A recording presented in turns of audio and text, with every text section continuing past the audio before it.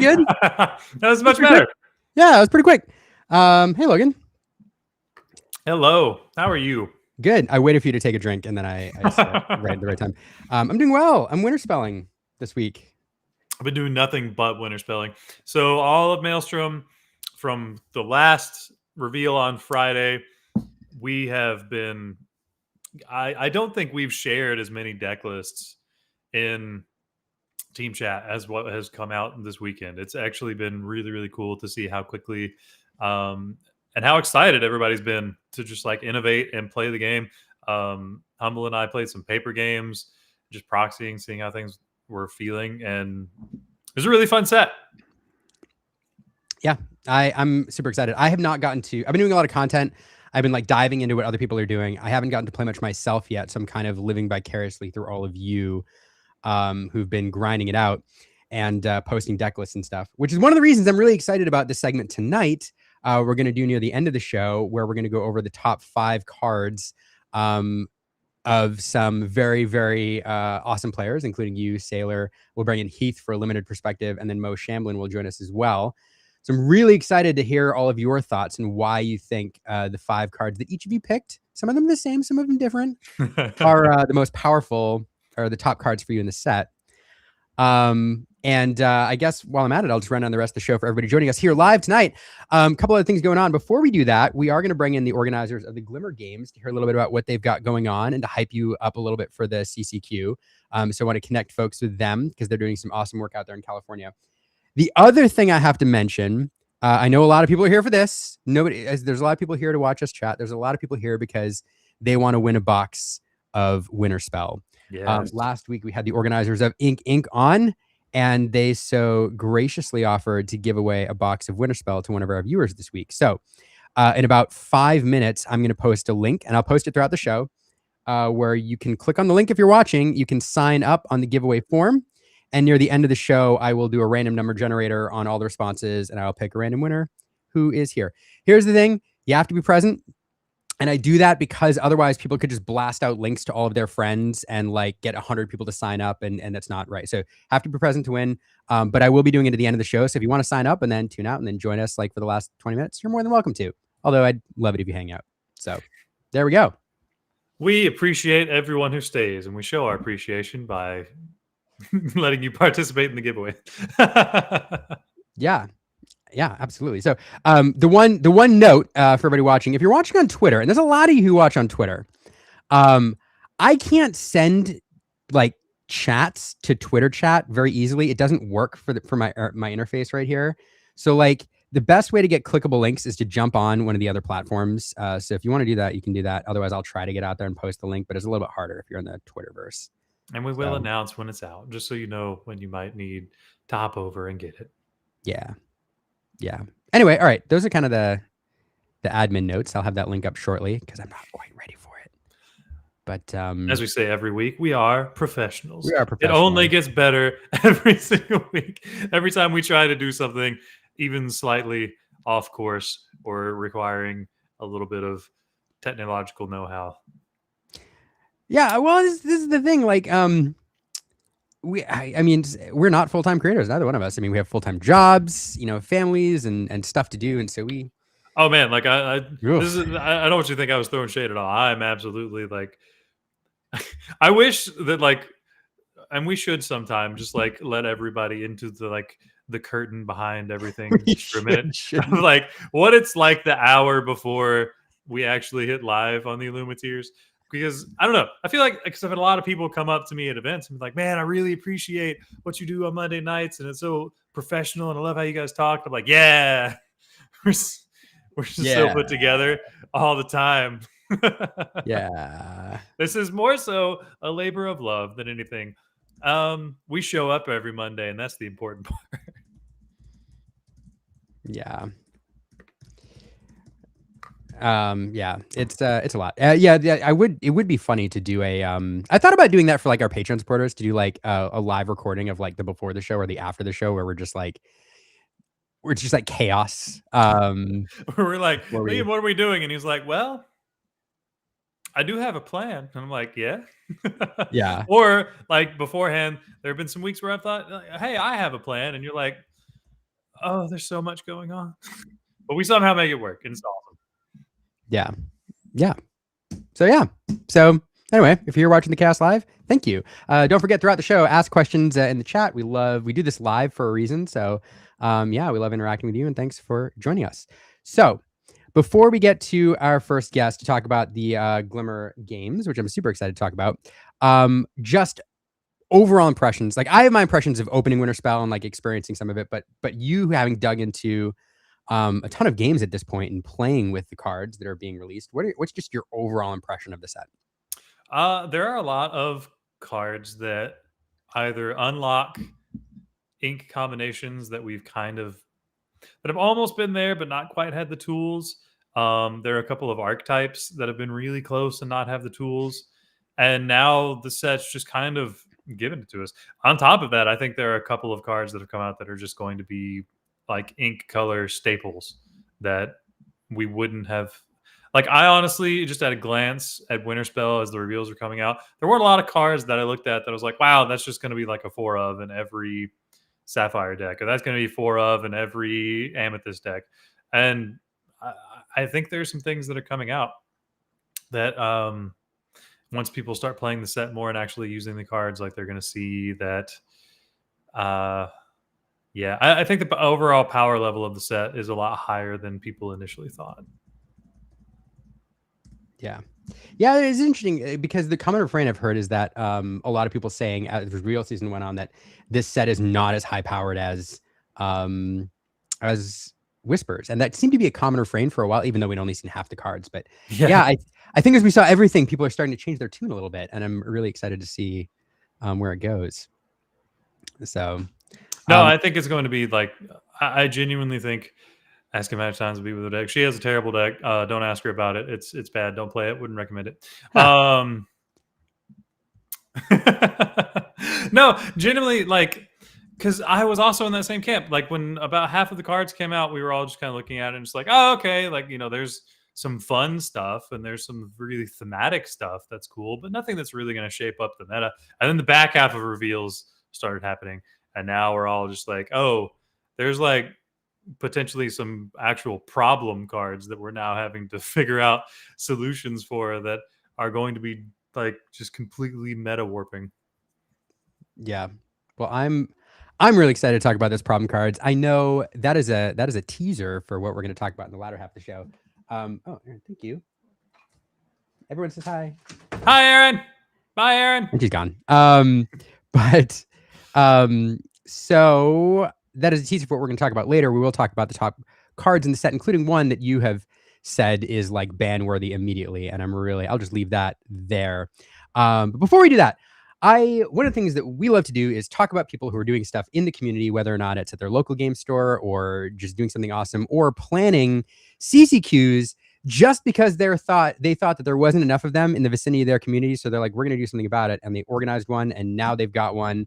And I'm excited to bring these folks on to talk about what they're doing. So I'm excited to welcome from beautiful, it's probably sunny, probably not as cold as here, California, maybe as cold as here. It is, and then we're going to do rapid fire. Rebecca Quest, Jambien, and John Boom with the lag there. Hello. We're here. You are. Welcome Hello, back, everyone. Hello. Thanks for having us on. Anytime. I tell people, Logan and backs me up on this every time. I tell people, if you want to come on, you let us know you got something to talk about, and you can come talk to the people. So, thanks for coming back. But so we've had you on before when you were first starting to plan the Glimmer Games. Not at the time, there was a lot of initial planning going on, and you kind of were ironing out some of the details. And then Rebecca, you sent me a note. You said, I want to come on. We've got more to talk about. Like, what have you got going on, and why should people put this on their calendar and head out there to play? Well, first of all, it's a CCQ. So in California. True. So we are super duper excited, working with Ravensburger to have the Glimmer Games be a CCQ event out here on the West Coast. Of course, there's the Enchanted Citrus class that's also happening in SoCal, but up in NorCal, if you don't know, California is big, right? So we are super happy to be hosting this CCQ event, the Northern California area, but also it's going to be more than just a CCQ. We have lots of other stuff planned, and Josie and John, who are my co-organizers here as well, have been cooking up lots and lots of good stuff for everyone who's attending. And I'll hand it over to Josie maybe to talk about a little bit about some of the things that we have planned. Oh, I don't even know where to start. I mean, I think the most important thing was it's a CCQ, but I think it was really important for us to try to make this into basically like a mini DLC experience. So we've come up with a lot of fun social activities that people can enjoy who aren't necessarily super competitive and looking for that continental invite. So as an attendee, one of the things we're doing is, obviously we'll have a learn to play section for newcomers, for people who are just starting out. They'll get a starter deck and we'll teach them how to play, but we're also going to have fun things like speed puzzling. I'm a bit of a speed puzzling master. But oh man. Okay. Just saying, I think Judge Phil would would agree with me. But we are gonna have like the 300-piece Ravensburger, like Winnie the Pooh puzzle, and people will have the opportunity to go in during their free time and they can puzzle. We'll keep track of the time, and the winner will get these prize tickets that they'll be able to use at the prize wall. We'll also have a Disney bound, cosplay costume contest on both days. And we'll have, fun prizes. I think the best thing about these events is they're free to play. You buy your attendee ticket and you can speed puzzle and you can earn tickets there. You can join the costume contest and you can earn prizes there, and you don't have to pay any additional fees for that. We also have a couple other fun things. And one super fun things that we're doing with Vault X that I feel like Rebecca should share because it's so exciting and I want everyone to know. What is it? Wait, which thing? Like there's so many. We are sponsored by Vault X. So that so we have a lot of yeah. I'm gonna let Rebecca do it because she's the Vault X rep.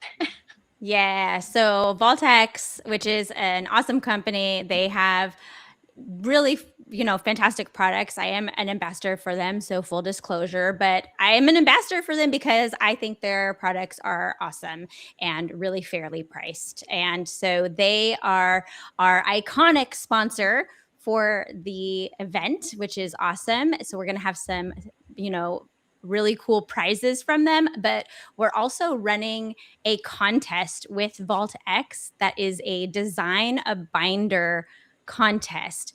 And we are going to have coloring pages there for people to draw what they want to go on the cover of a Vault X binder.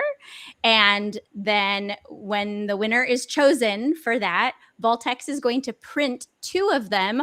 One is going to go to the winner of the contest, and then the other is going to be a giveaway. And I'm very excited about it because it's something that all ages can be involved in, and you can let your creativity flow. Again, it's just a free event to enter there, and we're so thankful to Vault X for doing this activity for us. We think it's going to be a lot of fun, and I can't wait to see all the designs that people come up with for their custom Vault X binder.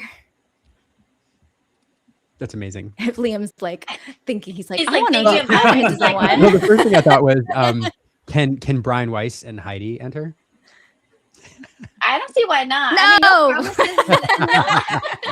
But okay, Vault X did one in London, and I saw the one that they picked a winner, and I'm just saying it doesn't matter how well you draw, it's all about the overall feel and vibe, so anyone could really win.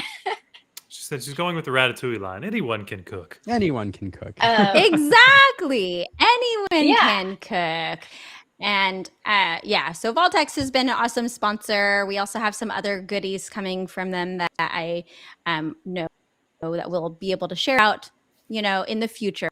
But for now, yeah, we're very about. But like Josie said, we wanted for the people who are coming that aren't there just for the CCQ event, we wanted all these more social activities. We're also having Disney trivia, and they're going to be very cool prizes, including prize wall tickets, and that's all included in your price of attending the event. So we also have, John, I don't know if you want to talk about some of the guests that are going to be there. Our artist guests? Is that who you're referring to? Yeah, and we have some people from the community that are going to be there. Yes, we do. That sounds yes. very tongue-in-cheek, as if he's not supposed to tell people something. Well, our two artists are Brian Weiss and Heidi, whose last name I do not think I can pronounce. So you should definitely come for them. I think Brian was just in Hong Kong. Yeah, Hong right. Kong. Just this past weekend. Yeah. Yeah, that's really cool. So, okay, so if you weren't there in Hong Kong getting signatures from him, you can come to Glimmer Games and have him sign your cards. We have so many guests, Rebecca. Which ones are you referring to? Our broadcasters. Yeah, A+ casting team. Yes. We have JDZ, Katie, and Brent. I think Brent he's done one DLC, right? Richmond was his most recent one, and Richmond was his first, yeah. Yeah. His debut. Yeah, and they're all fantastic casters. So even if you aren't able to come make it out, definitely catch the stream, because then you'll be able to see them there. But if you come to Glimmer Games, you can actually meet them in person. If you haven't had a chance to talk to them at a DLC, that makes sense, right? There's so many people at a DLC, but if you come to Glimmer Games, much smaller than a DLC, much better chance you get to talk to them. And they're just like, fun people, yeah. Yeah, like it's been fantastic. But like you guys have been saying I remember when you were first making the plans that I heard about initially, just trying to make the user experience for everybody like a mini DLC, and now you have the CCQ to back that up. Has that changed anything as far as how you guys are viewing the event? Has that changed your approach to anything? I mean, has it made anything at a grander scale than you imagined? How has that really changed your planning now that you've got the official CCQ announcement attached to it? I mean, I think we've always wanted it to be a mini DLC experience, whether or not it was a CCQ. I think just having that CCQ hopefully will bring in more people, which means we can put a little bit more funding into, better prizes for like the attendees and the rest of the people that's not competing in the CCQ. Like we will have like a photo op area. We're going to have like this fun backdrop that people will be able to take photos in, with, like the Disney Bound contest. Like all of these are free for them to play, and like we're going to have fun prizes. Like I just happened to have gotten these Epcot promos that arrived today that will be, part of the prizing for Glimmer Games. And also I do think that we've been able to kind of increase the prize pool. We had the 5K, 10K, but we're adding, little random things in there. Like we're looking at prize wall tickets for kind of like season 1 of DLC, where if you hit a certain point threshold, you'll get like a certain amount of tickets. That way you don't feel like if you don't make top cut, you're leaving with nothing. And I think that's kind of like one of the worst feelings I feel like people get, especially if you're not super competitive. And so, hoping that because it's a CCQ, we bring in more people, we'll have more ticket sales. We're able to take that extra ticket sales and put it towards more prize tickets for everyone. Yeah. And I think we always decided, I think it was going to be really grand anyway. So, but it was always going to be an issue no matter what. Yeah, we had grand plans, big dreams from the beginning for this event. I think all of us, and that's, I think, what the three of us really connected on when we very first started talking about this event, was that we wanted it to be a celebration of Disney Lorcana for our community. And so that is that vision for the event hasn't changed since the start, even with the CCQ. I think the CCQ, though, does just make it that much more special. And I am just really happy that people will get an opportunity to earn that invite who couldn't travel to the DLCs.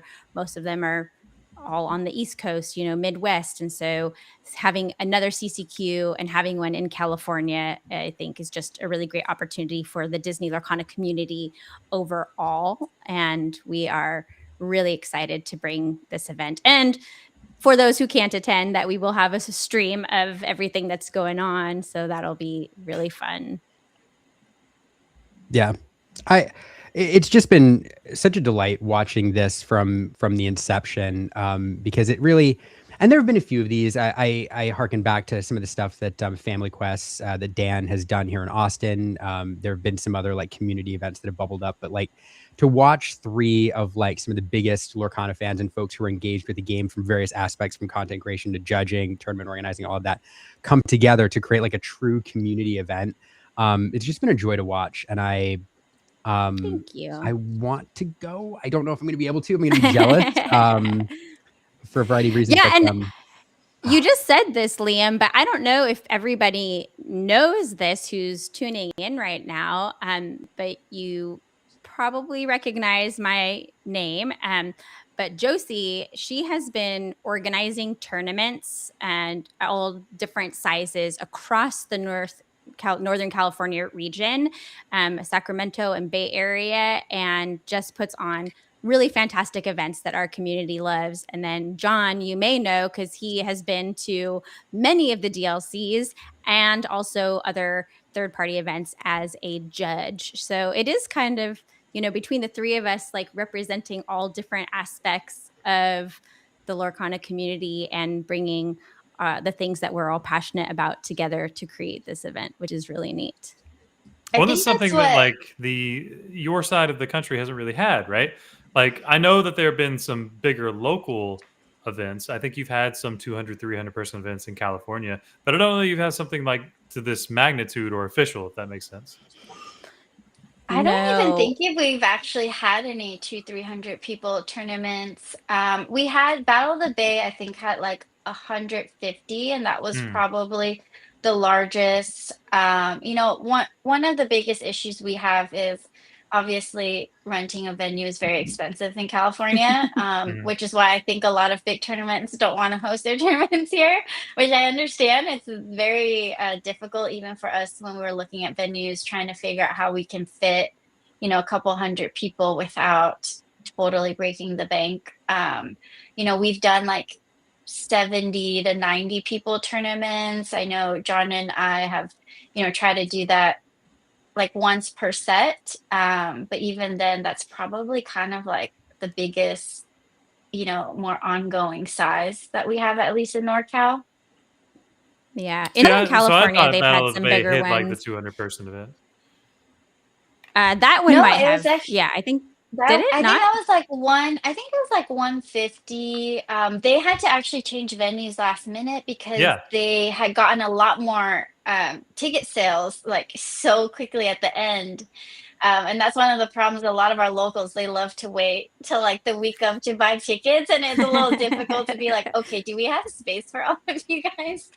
But yeah, that was probably the biggest tournament for NorCal for us. So this will be, I think the largest one we've put on. Yeah. Northern California. And also not even like as far as like the number of people in the main tournament, but even like when you look at the events that have happened across the West Coast in Southern California or even up in Oregon and Washington, there hasn't really been an event like this. That most events are just tournaments, right? But we wanted this event to be more than just a tournament. And of course, obviously, people are coming for the tournament and the prizing, but we wanted it to be bigger than that. And this is the first time that we've had an event on the West Coast that is, beside the DLC, that was a tournament plus, there. And now we're starting to see more of them happen around, which is very cool. And we all agree that the more events that we can have, the better, because everybody wants to play and get together and have fun. Yeah. We will have a juniors tournament, so that's really big. And I'm very, very excited for that. you know, it's just like it'll be like 16 kids and just like watching them play. And some of our NorCal kids are pretty good. Mm-hmm. I mean, so like every community you go to, it feels like there's like the 3 to 5 kids, whatever their age range may be, from like 8 to 12, that are just insanely talented. Yeah. I've been saying this since the beginning. I genuinely think that there needs to be something more dedicated for a kids league, kind of like what Pokemon does, where they have age brackets. I think that would do so exceptionally well in Lorcana, especially now that we're seeing it a lot more exposure in the parks and a lot more families becoming more aware that the game exists. I just think it would be just a natural progression and segue and an easy way to have families digest or get more invested in the game. So to see you guys supporting that's amazing. I feel like they're working on it, you know, and eventually we'll see that in an official capacity. Who knows how long that will take, but we really wanted to give the youths an opportunity. I mean, they're kind of scary. Like I don't want I remember the last tournament that we did. One of our locals, they drove 2 hours to come to our tournament and they forgot their decks at home. And luckily I had 2 decks that I left in my car, or my husband left in the car. And it just so happened they were the colors that they were planning on playing. I was like, look, I got these 2 decks if you want to play it. And, you know, the kid Dexter, he took the deck, made like a couple, like, I think like 3 card swap, and then went into top 8 with it. And people like would come up to me and like, thanks a lot, Josie. Like, I just got beat by Dexter. And I was like, there's nothing I can do about it. But, you know, to be able to like just like take the deck and then, you know, make a few card swaps and just like run with it that morning of and doing so well, like, was just amazing to see. That's awesome. I love it. And I want to offer, before we close the segment up, although I could talk to you all night, unfortunately, but I want to offer a couple things. First, it would be remiss if I didn't do the thing and say, for Brian Weiss and Heidi, if you're going to go out there, not only can they get cards signed, but they're going to sell most likely some of their sketch cards, and they both do brilliant work. This is Heidi here, and this is Brian. So save your money if this is something you're into, because they do fantastic sketches. That actually looks really cool. I have to plug that. The other thing I want to offer is I love talking to the 3 of you anyway, but we love highlighting events like this, both so people know about the event, but also, like, if you're out there somewhere and you live in a small town, you have folks who can't make it to a CCQ or a DLC, or perhaps you're in a larger city and you want to do something like this. These are 3 people who have done it, who have engaged with the community from various aspects, who've worked together, who've done the thing. And if you aspire to do something fun like this for your community, to bring the Lorcana community together wherever you are, I would offer, I'm willing to bet that any one of these 3 and all of them together would give you some advice and to help you out with your own Lorcana project. So be inspired.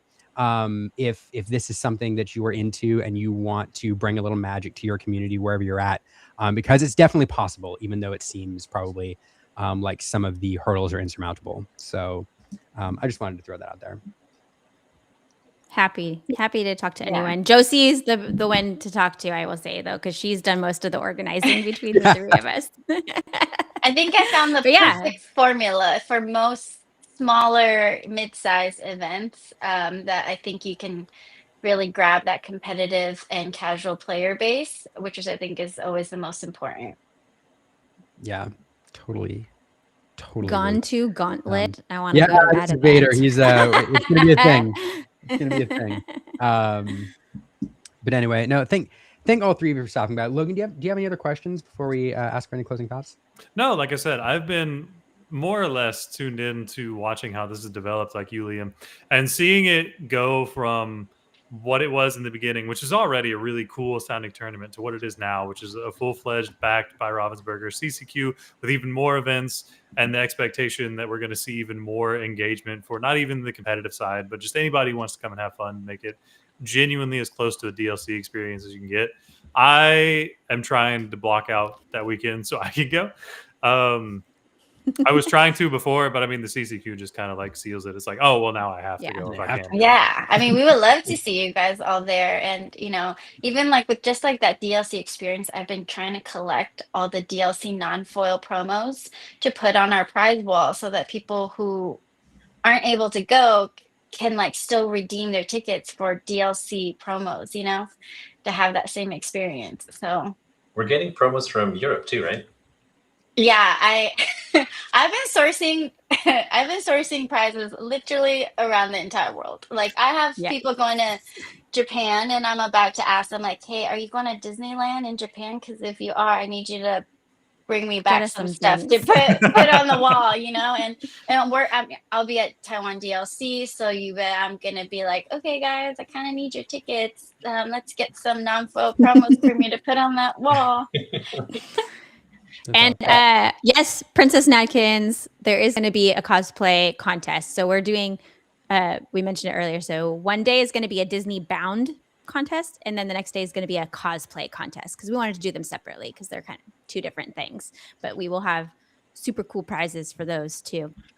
You know, we want the social players to have the opportunity to earn just as much cool stuff off the prize wall as the competitive players at this event. So and then we also, before I know we're wrapping up, and I do want to shout out, we have like some really awesome sponsors. We already mentioned Vaultex, but we have a lot of creators in the community who are sponsoring this event. So Tiny Magic, who's on Instagram, Dadkana, Vox Lorcana, Family Quests. We have a few different game stores that are sponsoring us, Constellation Collective, Mando's Bounty, Ink Lounge, content creator, that's Chris. He's here. Known as Lorcana Chats. He's in the chat. Yeah. And we have a family that's helping to sponsor the junior tournament. So we just have, you know, a lot of people who are supporting this event in all different ways. And so thank you to everyone who's supporting this, and we cannot wait.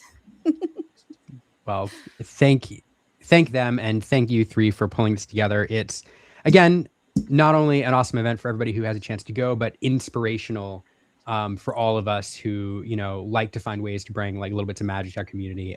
I appreciate all three of you, and not only like this event, but what the three of you do like outside of this event for the community. It means a lot. So appreciate you all.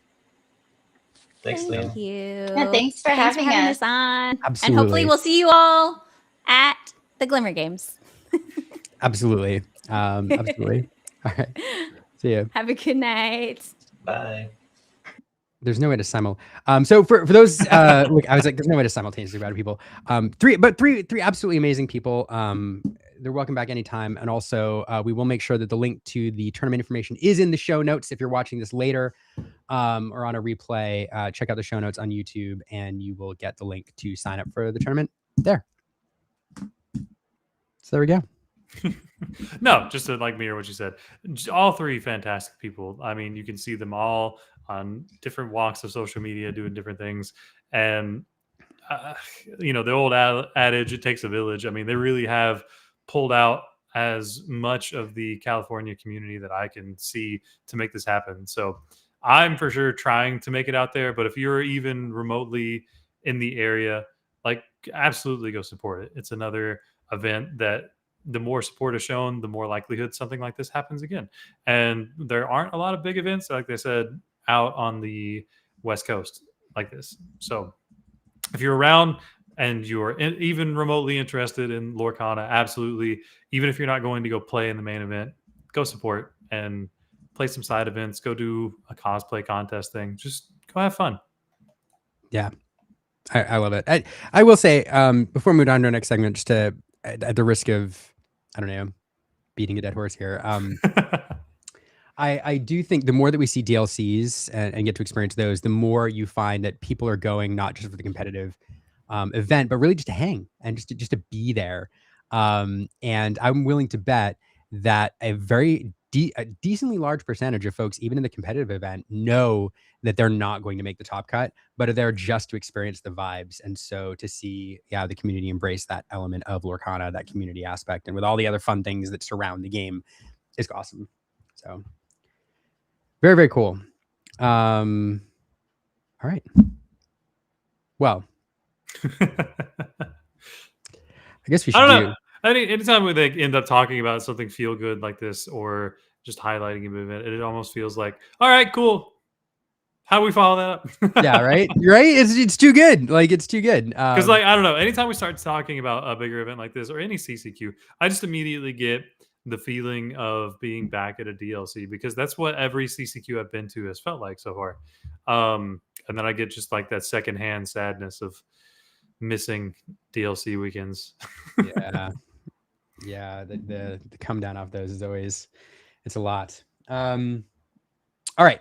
So we will move on to our next segment here in just a second. I do want to one more time remind people we are running a giveaway tonight. I posted the link once. I think it is pinned on Twitch. I'm going to post it one more time here before our next segment. And then maybe one more time at the very, very end of the show. But sign up now if you haven't yet. This is it for a box of Winterspell, courtesy of the folks at Ink Inc., who are our guests last week. Sign up there. Only sign up once. I'm gonna sort. I'm gonna see if you signed up twice. I'm gonna delete extra entries. It's just gonna make things take longer. So just enter once and then hang out. And he's making a list. He's checking it twice. I will check it twice with the aid of sorting. So anyway, so yeah, it'll be fun. All right, should we talk Winterspell?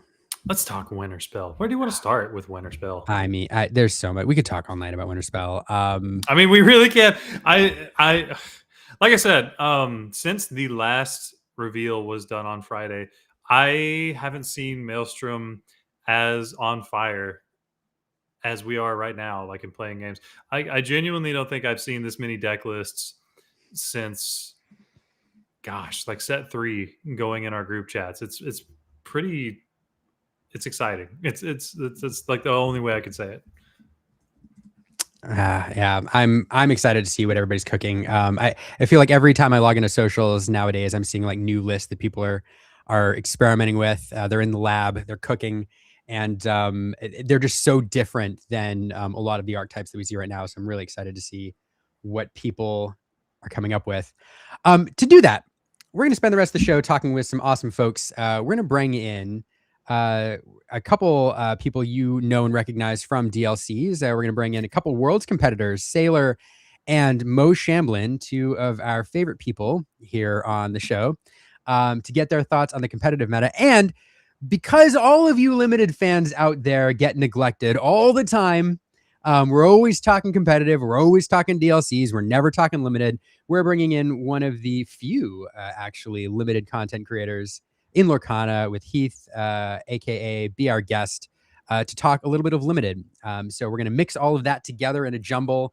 We're going to talk both of those things at the same time, and it's going to be a lot of fun. So let's just bring everyone in that order. Sailor, Mo, Heath, boom, boom, boom. Welcome. One of these things is not like the others. Come on. Okay, well, you mean Mo? Mo is American. That's what you mean? Yes, of course.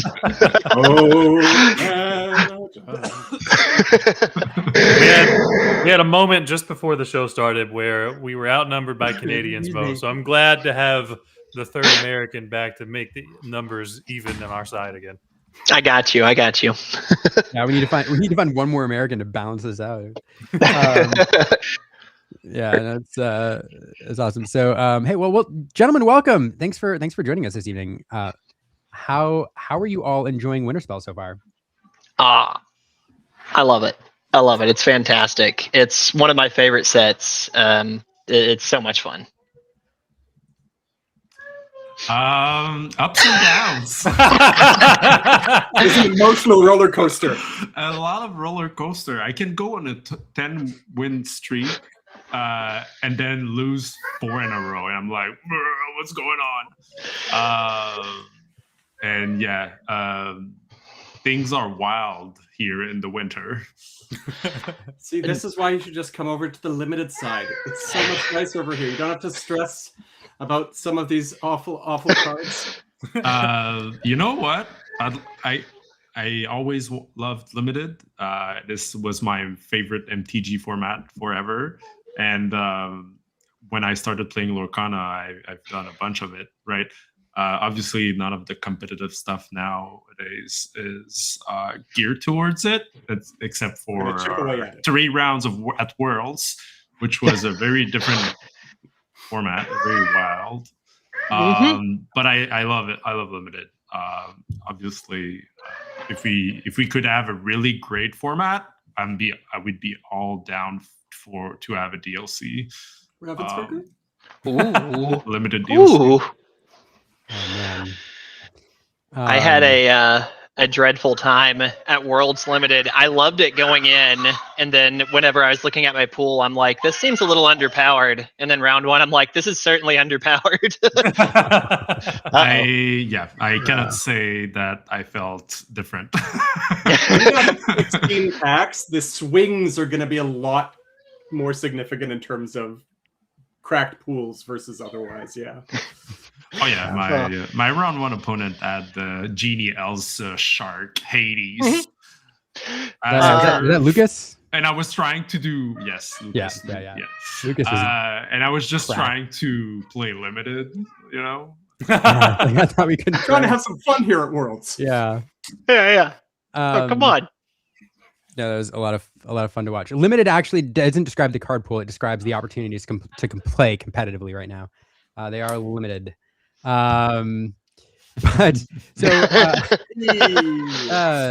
it takes swings. Some of them land, some of them don't. I thought that was a good joke. Anyway, so what we're gonna do? I'm really excited for this segment here because obviously, we could just open it up to the 4 of you really to just talk about this set for the rest of the night, and you all would say incredibly brilliant and insightful things. Instead, I'm kind of excited to structure this next segment by looking at all of your top 5 cards. We've done this before with Team Maelstrom, and I actually really like the format. And so this time we're going to do it with Team Maelstrom plus Mo and Heath. And we're going to get these cards. So I got to explain to everybody real quick how I did this. I asked everybody for their top 5 cards. And in general, we're going to look at them from 5 to 1. In general, I've actually moved some of them around a bit because where people had similar cards, I've put them on the same tier. So all of you folks feel free to say, this card is my number 1, or this card is my number 4, or this card is my number 5, because they may not come up in the right order. And also, I acknowledge that one of these things is not like the other. Heath's cards are going to be very different than everybody else's. Or will they? That's the fun part. Sometimes you find cards that are good in both limited and constructed. So I'm really excited to see that. But that'll give us an opportunity to talk about the limited in this set and what we see. And of course, everybody on the line here has played some limited. And so feel free to weigh in on the limited format as well. I want to get some guesses in chat about what some of these are going to be. Yeah. I know one card that gets on both lists for sure. Oh, yeah. Okay. I want to see if anyone can guess. I want to see if anyone can guess my favorite card of this set. There's one card that's such a me card, and oh my gosh. I bet I know exactly what it is. How much you want to bet? Predictions in the chat. I'd put money you could get it. Because it's one of my. I bet you and I have the same favorite card of the set. Ooh, I like it. Was this top 5 favorite? Yeah, that's a different conversation. What is going on here? Oh no! I'm gonna make it. It's best, but I'm gonna make it into the top 5 of the best. That's my goal this set, at least. All right. Well, let's start. Let's take a look at the first. All right. So this is slide number 1. This is generally somewhere around the lower end of your tiers, but Mo and Logan, both of you had Genie there. Sailor, you had Alila there sneaking onto the list, although you said it's a little bit worse than the other 4. And then Heath, you have Ohana in this. Now, this isn't this is not necessarily in the order of your slot, but this is Ohana for you. Absolutely. Let's start with Heath, and then we'll move our way up. Let's move our way up the ladder. I think that's all right. Bus Heath. All right. Hopefully you'll all bear with me for a moment, because for those that aren't that familiar with limited, I feel like we need to take, give me like 30 seconds to explain why we need to look at cards differently in limited than we assess them for constructed. So there's going to be a card that's going to be a glaring example. I don't know why I thought we'd go from 1 to 5, but there's going to be cards at 1, spoiler alert, that speak to a strategy in constructed, right? It does a thing. right? And having the consistency of 4 cards in a deck, building my deck around that, not necessarily just around that card, but around the strategy that that card is reinforcing, allows for a consistency and a way to do that thing. Whereas in limited, it's most often 1-ofs, maybe 2 of a certain card in a deck. You're not seeing that same level of consistency. So where constructed, you're looking at lines, and again, I want to do this thing. In limited, it's much more about, I don't know what cards my opponent could possibly have and what order they're going to be playing them. I've got to adapt to the situation as is. So in that sense, these 5 cards that I'm going to be talking about are really, if we boil it down to the simple terms, and there's more nuance than this, but to try and keep it simple, is either generating a threat or answering a threat, right? That's really what limited is all about, is being able to, in the moment, answer your opponent's threats or generate your own. Liam, you've said this very well on multiple occasions about who is the quester, right? And whether I'm generating the threat or answering the threat usually tips the balance, tips the scales about that equation. So let's talk about Ohana Means Family as an example.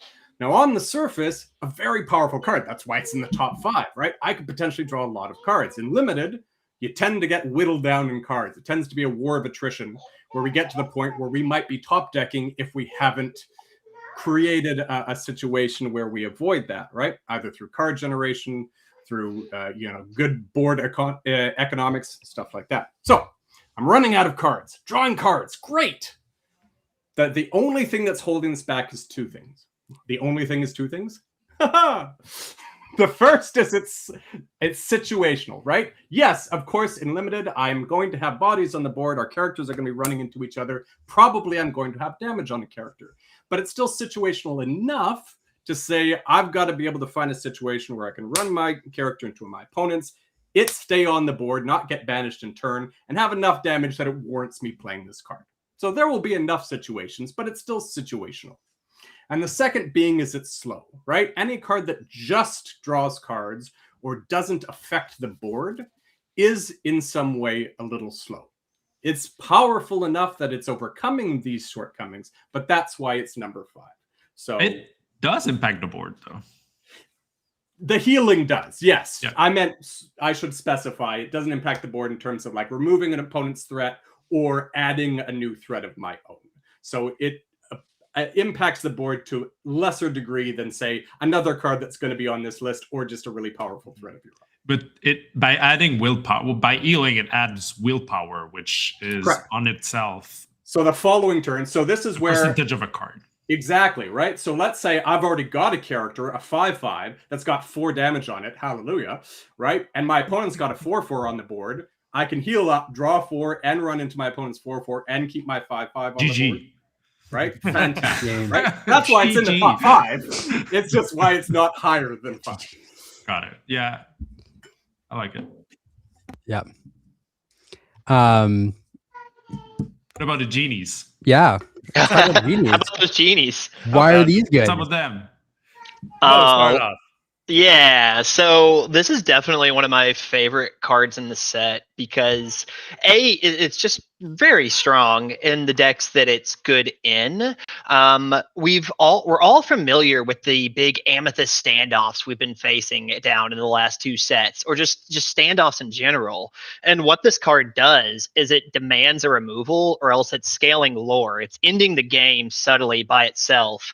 If there was only some way you could make it scale a little faster, it would be even more powerful. But I do think this card is altogether just one of my favorite pieces to see in Constructed. I think it allows you to play a deck that's not necessarily an aggro or even aggressive strategy, and have lines to just outrace the aggro deck, outrace these powerful amber decks that we are going to see starting to get forged into this set. This Genie is a fantastic card. I love him dearly. So I'm in the exact same boat as Mo. I saw this card and I immediately was incredibly happy. There's just mirroring what Mo said. There's a lot of times in Amethyst matchups where you just kind of hit like stalemates in board presence, and no one's really incentivized to quest or turn sideways or challenge or do any sort of singing, because then, oh, well, now I've broken parity and they can come after my board. This card just demands you to figure out a way to exert my characters or force me to quest out faster, because if you don't, I'm just going to continuously boost him, and it's really cheap. I mean, one boost is fairly cheap. I mean, it's as cheap as you can get. But it doesn't cost a lot from you to stop you from doing all of the other things you're wanting to do to continue to develop board. You can take that 1 ink to put it here and then just continue to build more characters, and it just allows you to, I mean, just force answers. I think this is going to be a sleeper card that people won't look at very well until he has like 9 cards under him inexplicably. And then all of a sudden they're like, oh, well, he has to be removed or I lose immediately. Or if only there was a way to get go and you'll have all the ink in the world. Who's the blue only now? If only there's a way to get 9 cards under this genie just a little faster. I wonder if there are ways to do that. Oh my gosh. I think by himself, he unlocks the idea of the boost archetype that we've been looking for, instead of just couples of cards here and there that have like a relevant boost ability. I think he by himself makes the boost mechanic live. Absolutely agree. I don't think it could exist without him. He's also well statted for his raid, right? He's very aggressively statted, in fact. And the big difference, and I think we're going to see that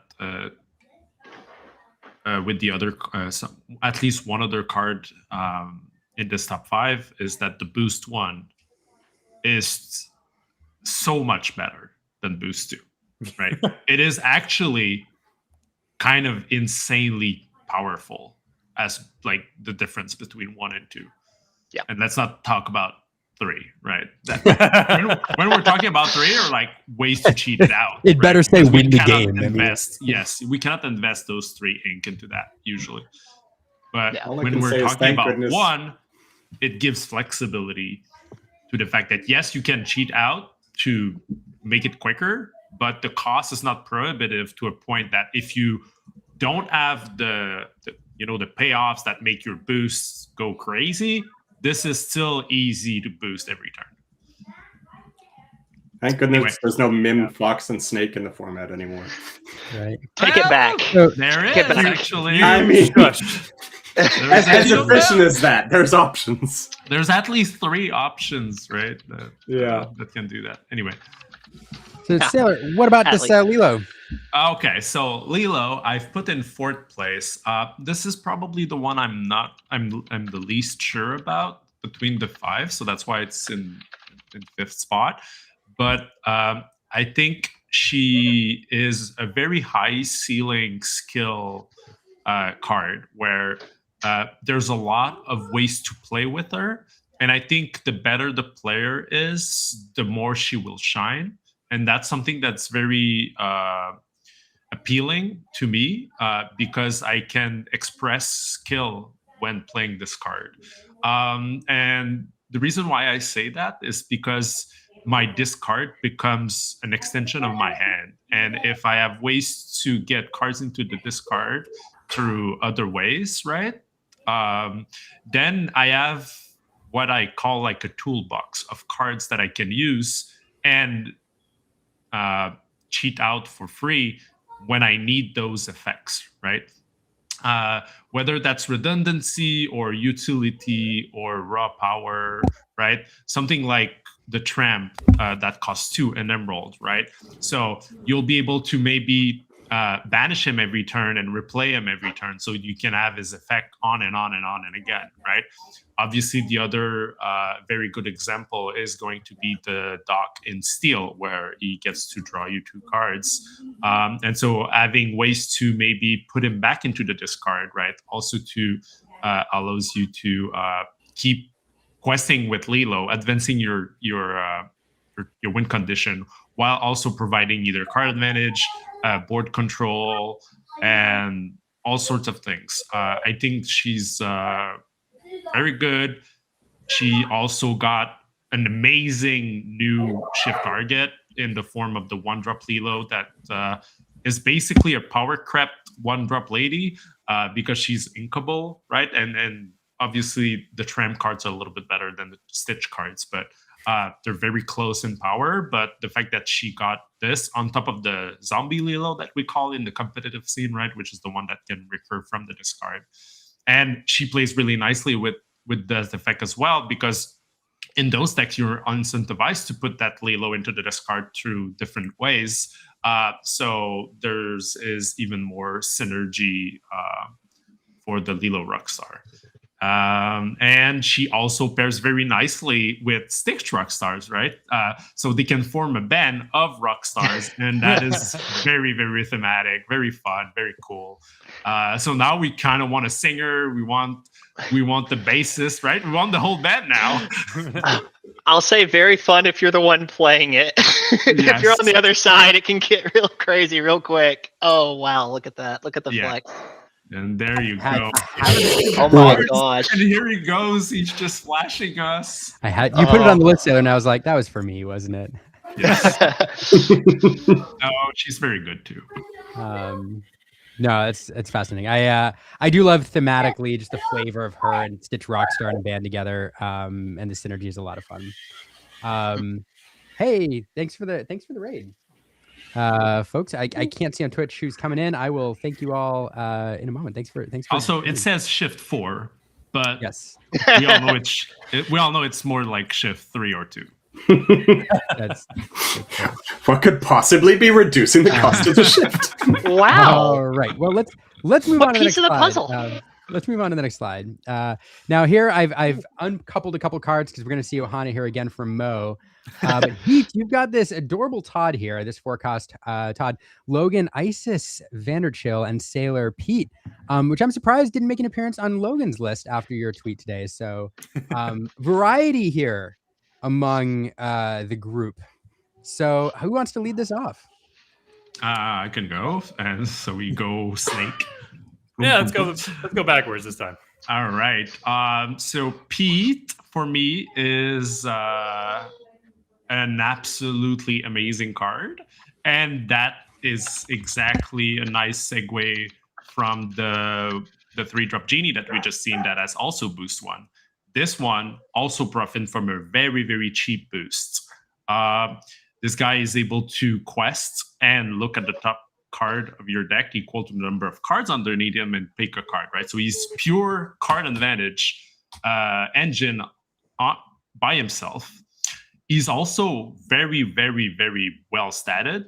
So every time you drop him, it's very hard for your opponent to immediately take him out. And if they do, usually they'll have to spend a card. And if you've been able to quest before they do that, then you'll be able to accrue this like card advantage that has like took down something on their board and got you a card, even maybe with some selection.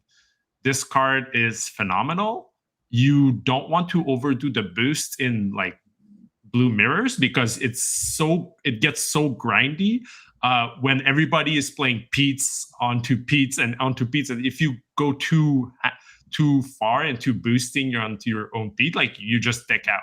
Like that's how good Pete is in those blue mirrors.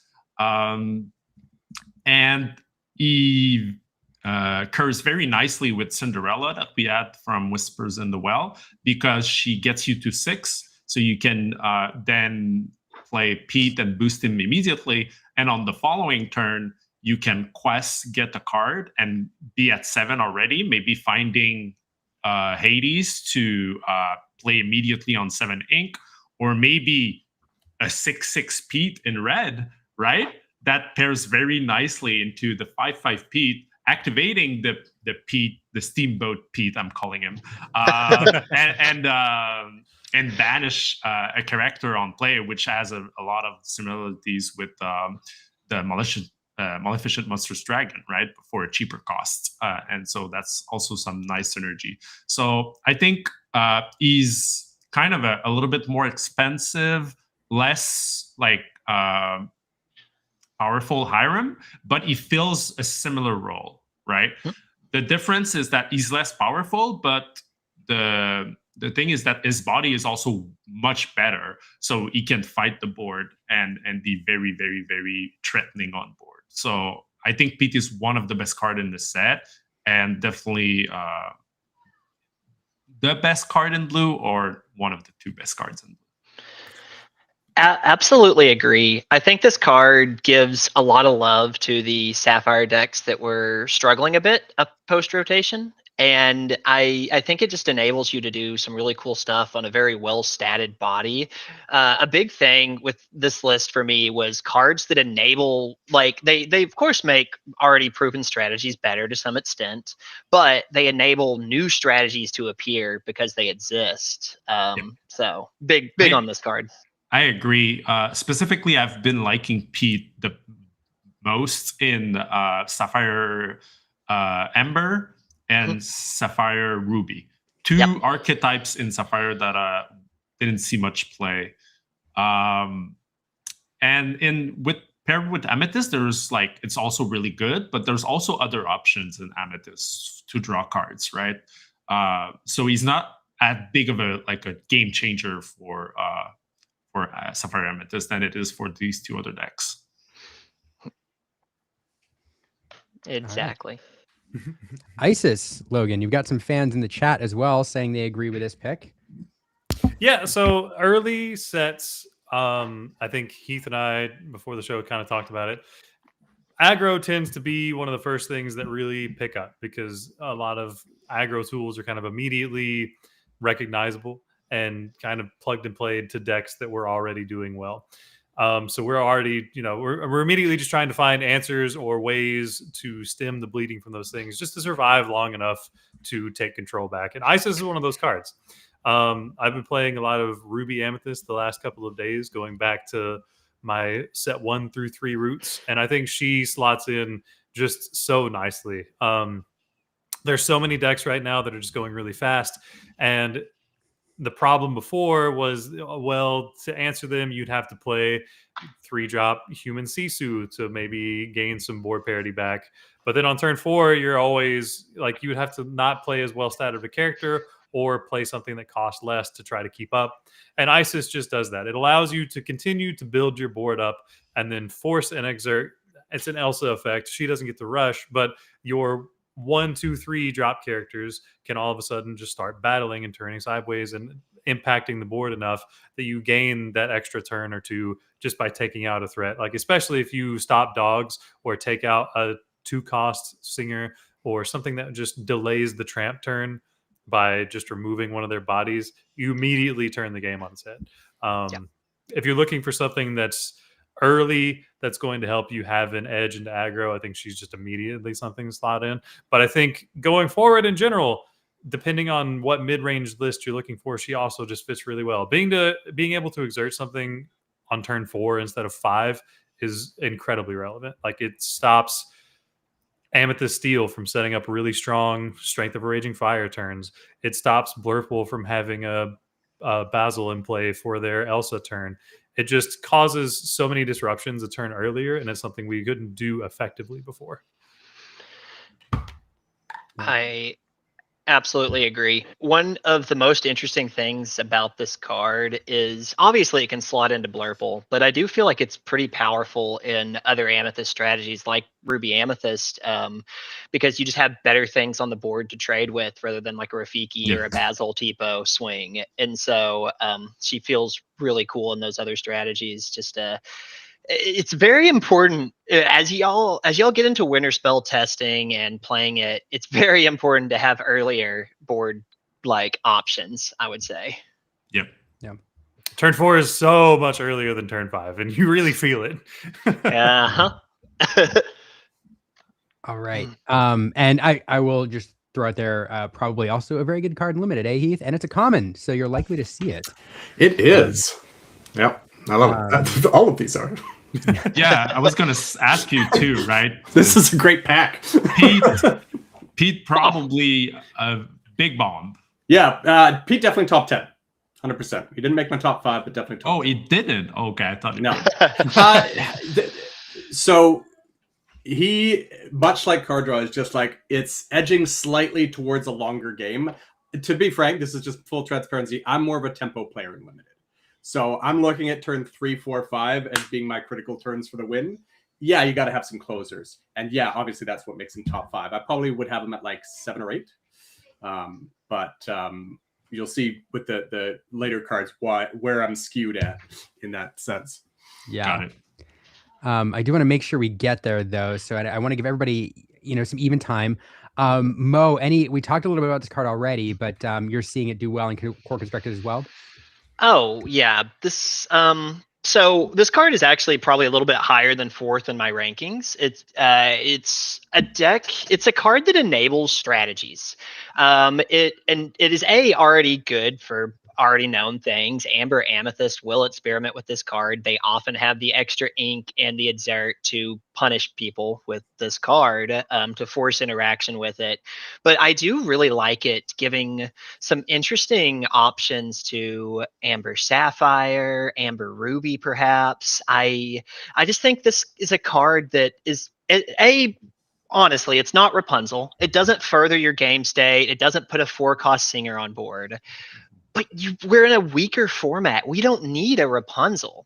There's a lot of decks that just need to see 2 cards in a turn, and this having the ability to do that while putting a certain fear in turning sideways in front of any Amber decks. You could be surprised with this. I've seen a lot of Bagheera's, the 4/4, and I'm like, oh, if I turn in sideways, this is gonna go poorly for me. I know what's coming. But I think this also puts a different dynamic on the Rapunzel conundrum. Like previously, Rapunzel, you don't quest into or you don't push it unless it was very common that it was a clear misplay to quest in front of a Rapunzel.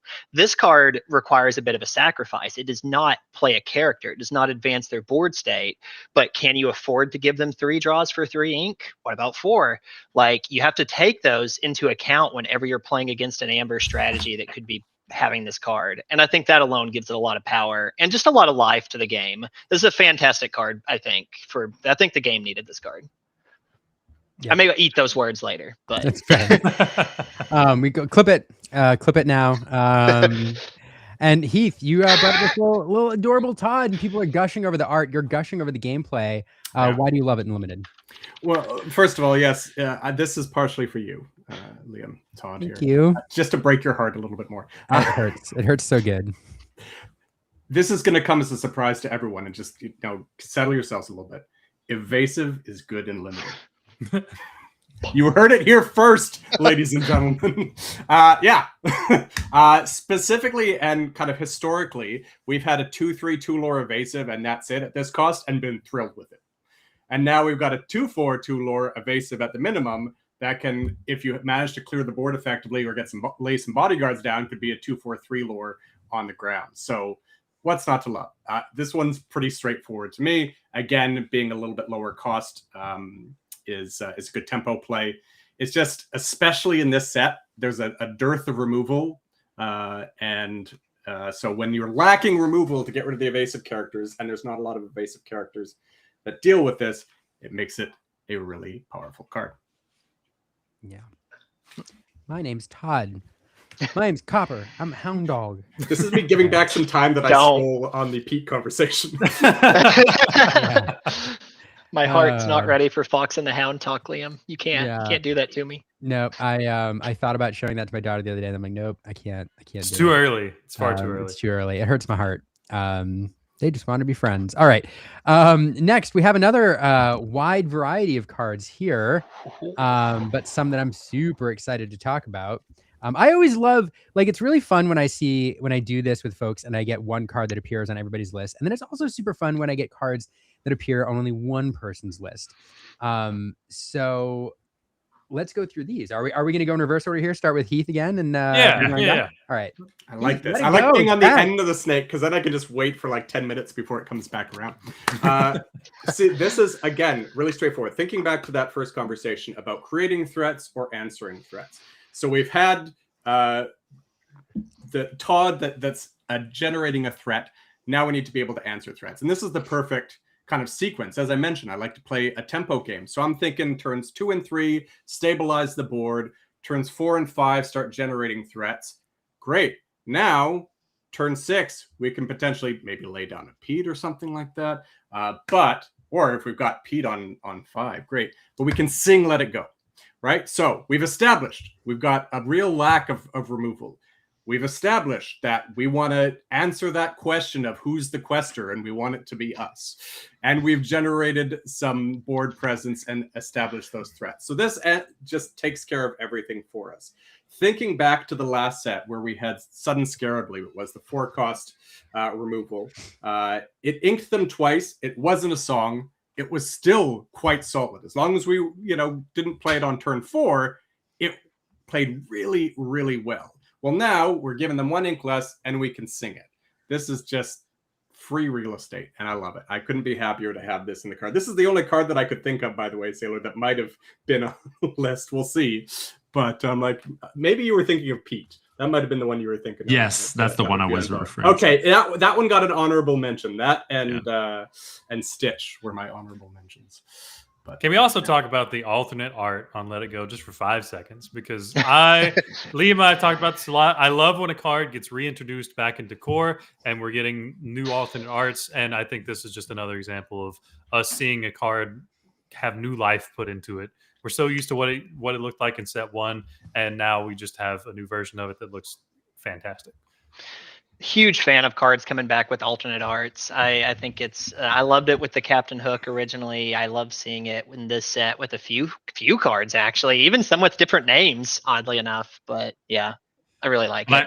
Yeah, right. I have to confess, though, the reason I like them so much is that I can flex on my set 1 cards. Yeah. You just want to grab those DLC Let It Goes back out. Oh, yeah, for sure. I've been around. Yeah. I'm an OG. Yeah. Yeah, exactly. Here's a sparkly one for you. Mo, let's talk about Donald Duck. Oh, thank goodness. Okay. So I had a stipulation for coming onto this show. Liam, can you tell the crowd what my stipulation was? Your stipulation was that you drum roll. Say it. You ranked them, and Donald Duck, how many minutes like currently number 2, I had to rank them. How would you? Awesome as a time slot. The suspense is killing me. Yes. You said the first thing you said was Donald. I have to talk about Donald. If you can get me the Donald Duck, you've got yourself a deal. I want to talk about Donald. Please let me talk about Donald. I think those were the. Yeah, that sounds about right. Yeah. This card, this is one of my favorite cards ever released. I love this card.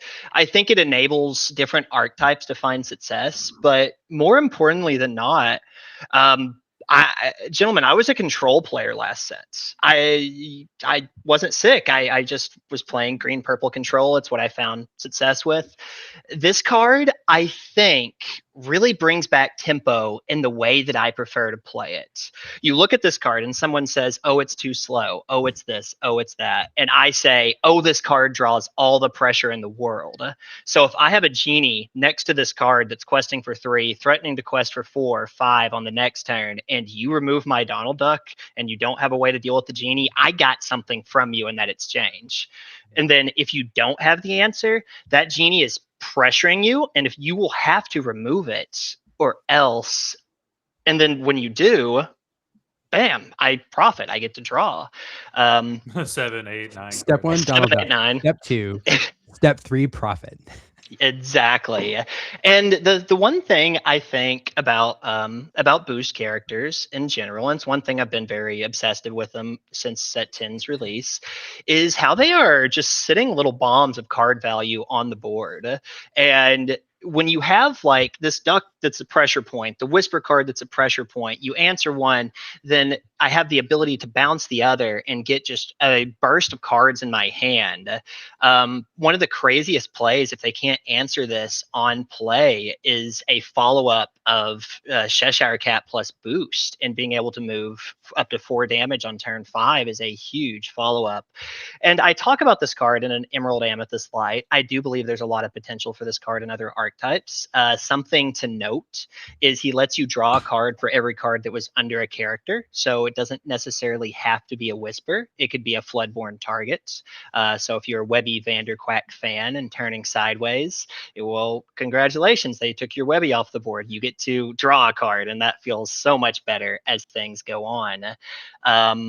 And one of the wildest things I think about this card, and you start discovering all these different things when you're trying to force pressure, when you're trying to take a tempo approach to a game that's been very stalemate-y and just waiting for the first person to draw their pressure card, is this card stacks.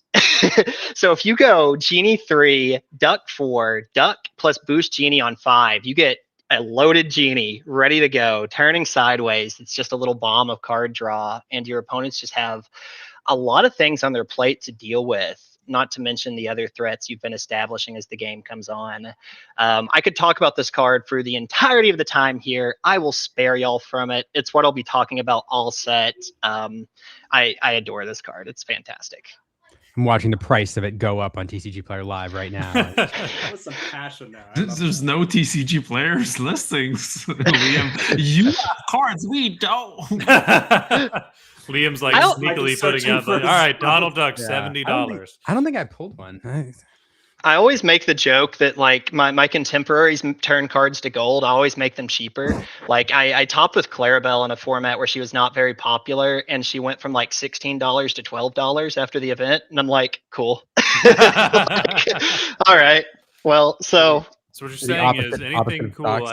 I need Mo to start winning with Dumbos more often, is what we're saying. Yeah. Dumbo's been a bad card for me. bad card.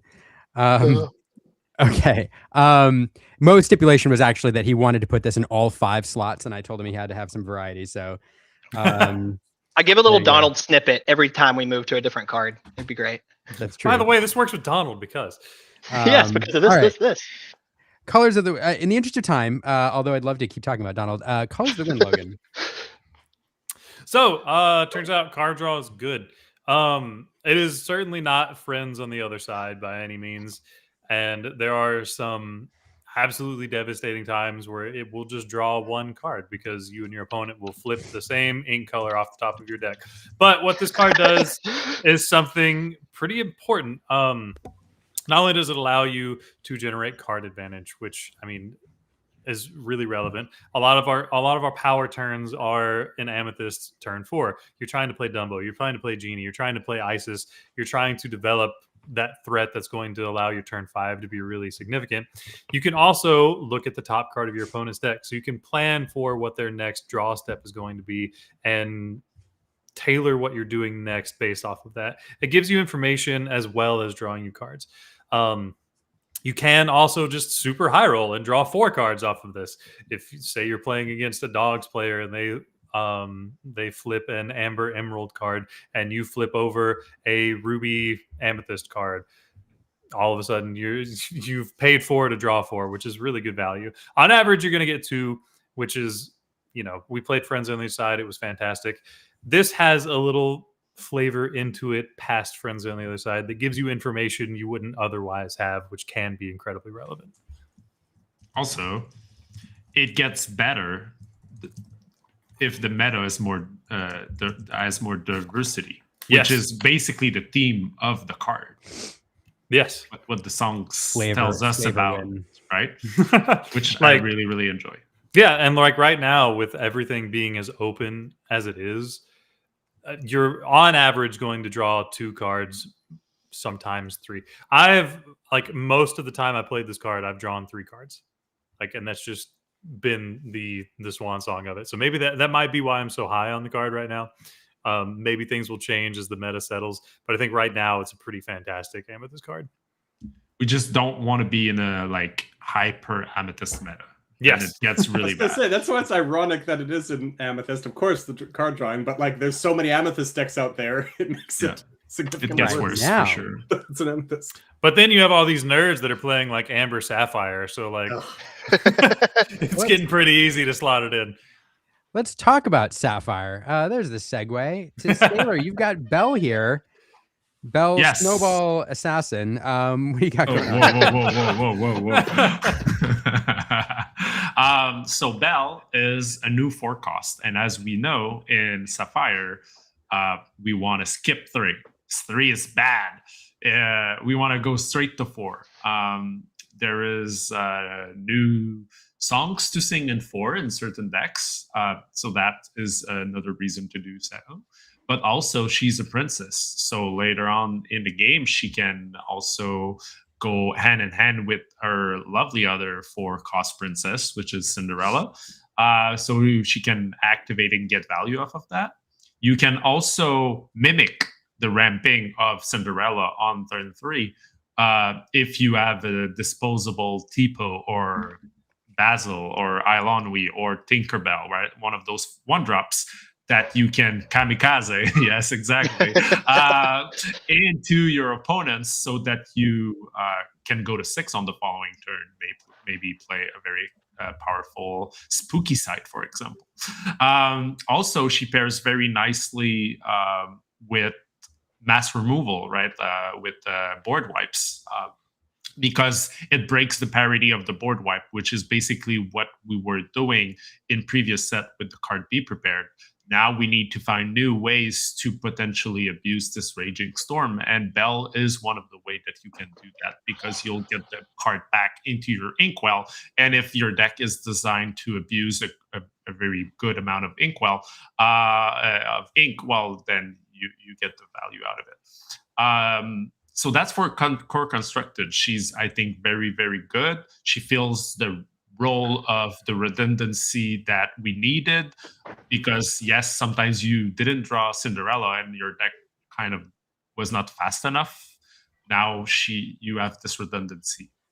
But the reason why I also think she might be the best blue cards in the set is because of her implications in Infinity.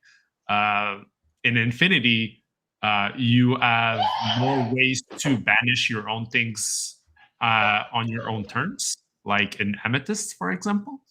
And we already had a very good combo with the Chernobog followers and the Broom paired with the Cruella de Vil from Fabled. But now, if you go 1 of those 1-drops into 2 of those 1-drops into Cruella de Vil into Bell, you ramp to 12. and draw 3 cards. Because Cruella de Vil says ink from the top, Bell says ink the character, and that doesn't take away the cards that you're drawing off of those 1-drops. So pretty bonkers. Type of things that she activates. So she that I think proves her point, right? She's pretty powerful. Did I mention how much I love Limited? I will say this set did some terrible things for Infinity. If anyone was an Infinity fan before it all changed now. Yes. Oh man. We got next week, Logan. We got to do an Infinity. Maybe not next week. We're trying to solve core now. Oh, that's fair. Okay, that's fair. One problem at a time. Give us a month, man. Come on, we're figuring it out. Sorry. All right. This is fun. I do. Gosh, I could listen to you all night, but I want to keep it moving. I will post just an update on the giveaway. These next 2 slides are going to move a little quicker. Just spoiler. But update on the giveaway. I'll post the link one more time. We're going to run that as soon as we finish this segment, and about 80 some odd of you entered so far. So I appreciate you all. All right. Let's go to the next slide.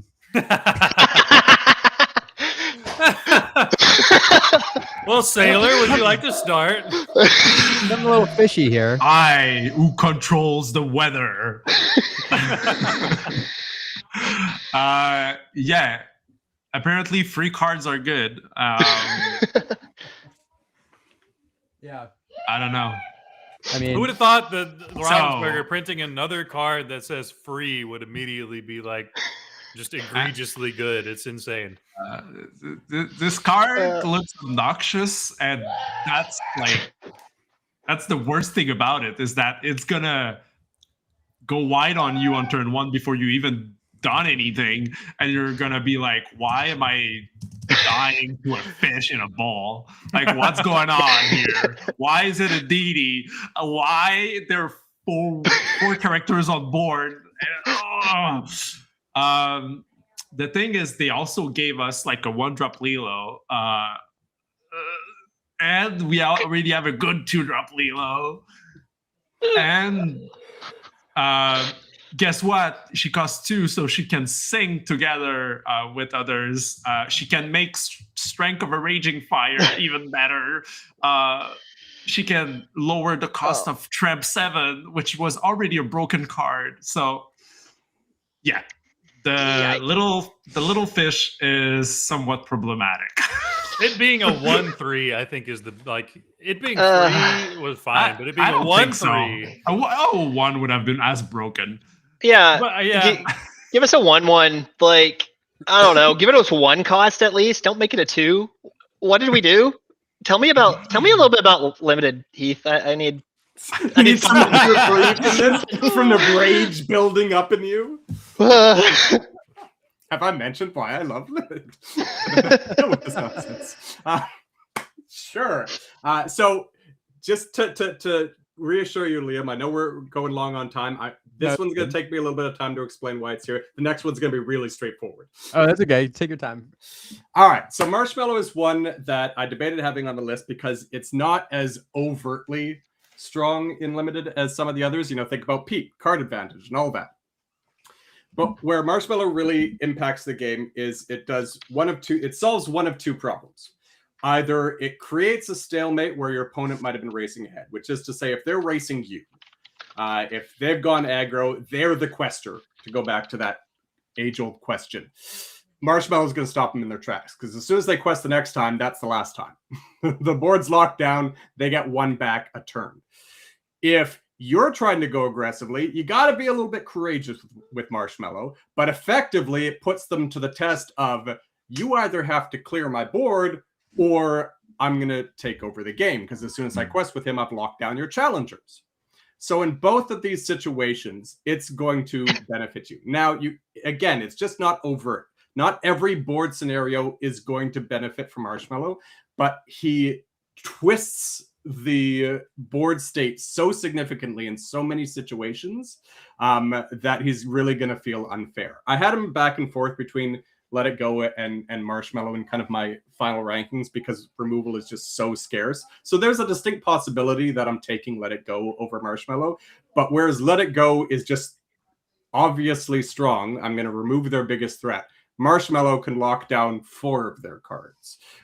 So it has much higher ceiling, let's say. So there's the briefest that I can be. If you want to hear me talk for 20 minutes about Marshmallow, check out my review. Check out.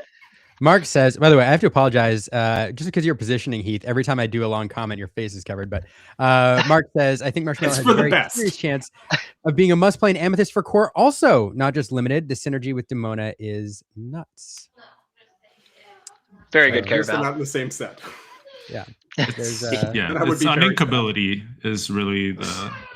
Yeah, so if I can take 30 more seconds, that's a great point, Sailor, because this set actually has a higher ratio of uninkable cards than we've been used to recently. It's about 25%. And with all humility, based on my rankings, the top cards, what I rank as C+ or better, kind of the most desirable cards in the set, are about the same ratio, 25%. And you don't want your deck to be 25% uninkables. So you're going to have to make some hard decisions when it comes to your uninkables, especially if you play draft. We're now down to 35 cards. You've got to be really conservative about your uninkables, because opposed to constructed, again, you've got the consistency of constructed. Nobody likes to see a handful of uninkables in constructed, but there's a little bit of consistency that might be able to bail you out of having a little bit heavy uninkable hand in constructed, whereas in limited, you don't have that consistency. If you've got 3 or 4 uninkables in your hand post mull and limited, you're sunk. It's mostly card draw, right? That alleviates that. Yeah. Someone asked, yes, if Marshmallow quests at the start of your opponent's turn, yes, they choose the 1 character that readies. Yeah. I have not seen the chat react to something like Pudge in a long time. I'll just wait. That was very cool that we all added there. It is true. The next line is going to be really good. Yeah. I Wait, just wait. there's more. Let's not like tease this out much more longer. For the last one, and I think, correct me if I'm wrong, folks, but I think this is number one for pretty much everybody. Nope, not that. Not that. Not that way. One. The other way around. There we go. Lumpy is fantastic. we didn't consult it ourselves, like with each other, by the way. Yeah, we did not talk at all about this. But All for the fun of it, let's start with Heath. Why is Lumpy good and limited? You're going to make them wait? They're going to make the viewers sweat a little bit longer to hear all about the madness of Grandmother Willow. For the record, if you had asked me constructed, that would have been my number one as well. And I don't have nearly the position that these gentlemen do. So yes, this one will be a lot more overt. I talked about generating threats versus answering threats. When it comes down to it, my philosophy is I would rather be the threat than answer the threat. Especially with removal being so low, the chances that your opponent's going to be able to deal with a card is pretty slim. We've already talked about evasive is great. So why is Lumpy standing out over all the rest? What's that? He's both. Yes. So there's two great things about evasives. One is that your opponent can't answer them, especially when we got 2 lore or more. That means I can quest pretty much unabashed. The other thing is your opponent can't answer them if you've got to control their board. So normally I got 2/4 Todd. I'm not controlling much with Todd. But all of a sudden I got a 6/5 body evasive. I can take out your 4/4 or 4, strength and whatever willpower, 6 willpower, and you can't do anything about it. And then I can start questing for 2. Now that becomes really sick. Now he is a 6 cost. So this is like the only thing that's kind of holding me back just a millimeter, but I mean, come on. And the fact that he's common, this is really the only saving grace is we've got, I think it's a rare. We've got the 4-cost uninkable 5/5 evasive. That's about the only thing other than Let It Go. So we got 2 rares that can answer this comment. Hooray! Pray for me, guys. Pray for me. I'm going into the trenches against Lumpies. I'm glad to hear some trauma coming back on your side, especially before we talk about Grandmother Willow. So yeah. I'm just gonna mute and. Speaking of, let's start with Mo about Grandmother Willow. All right. So I want everyone to keep in mind this isn't my top 5 cards, but it's like my opinion of the top 5 cards. And I must say something nice about this card. Real talk, we've been in such a game state post rotation where the games feel very similar in that every deck's first interaction, first power play happens on turn 4. We always know the meme 1, 2, 3 strength, but did everyone realize it's also generally 1, 2, 3 tramp, 1, 2, 3 Elsa, 1, 2, 3 Clarabelle shift. It's the same every game. And one fantastic thing that this card does is it advances the game state. It advances the power plays 1 turn sooner. So it breaks the monotony of everything feeling very similar. And you just you got your power play, you're down on curve. All that being said, this card is so strong. It does some terrible things to the game I love. Yeah.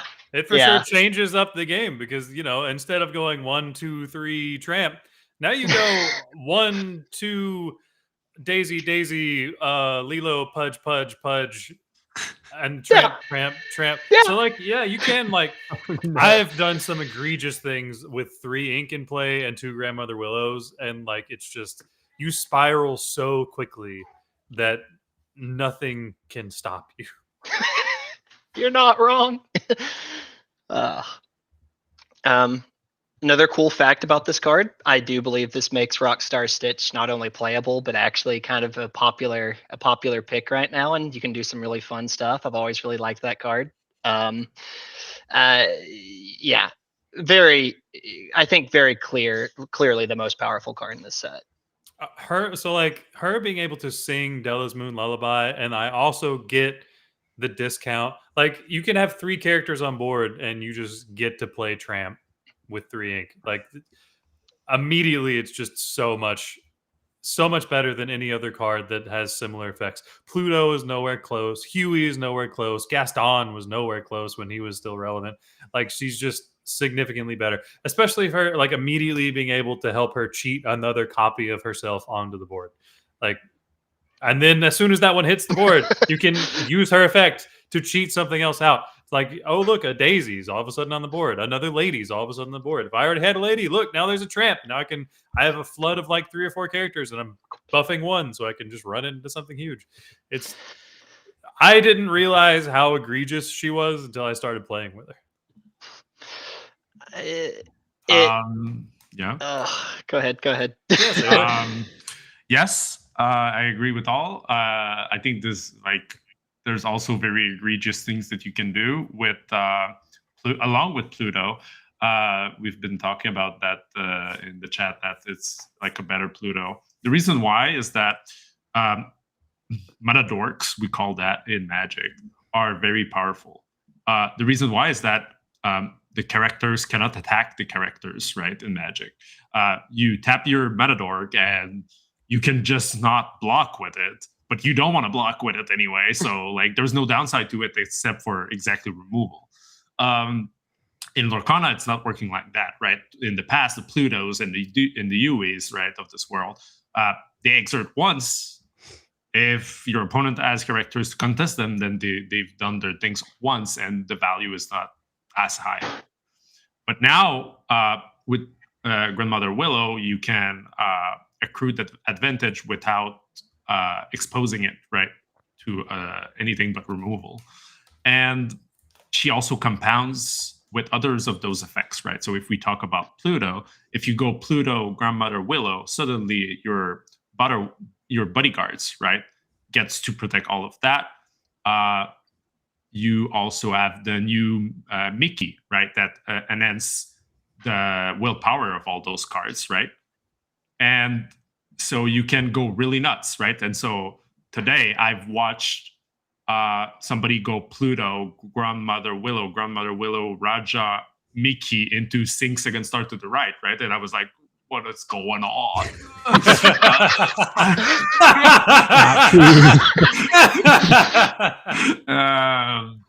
Shout out to Elie Vipierre, one of the greatest French player. One of my favorite, great deck builder too. Absolutely great deck builder. I was like, oh my goodness, this is disgusting. So this leads to a lot of high rolls, specifically, as we know, on the play in Lorcana, right? Gets to do this first, right?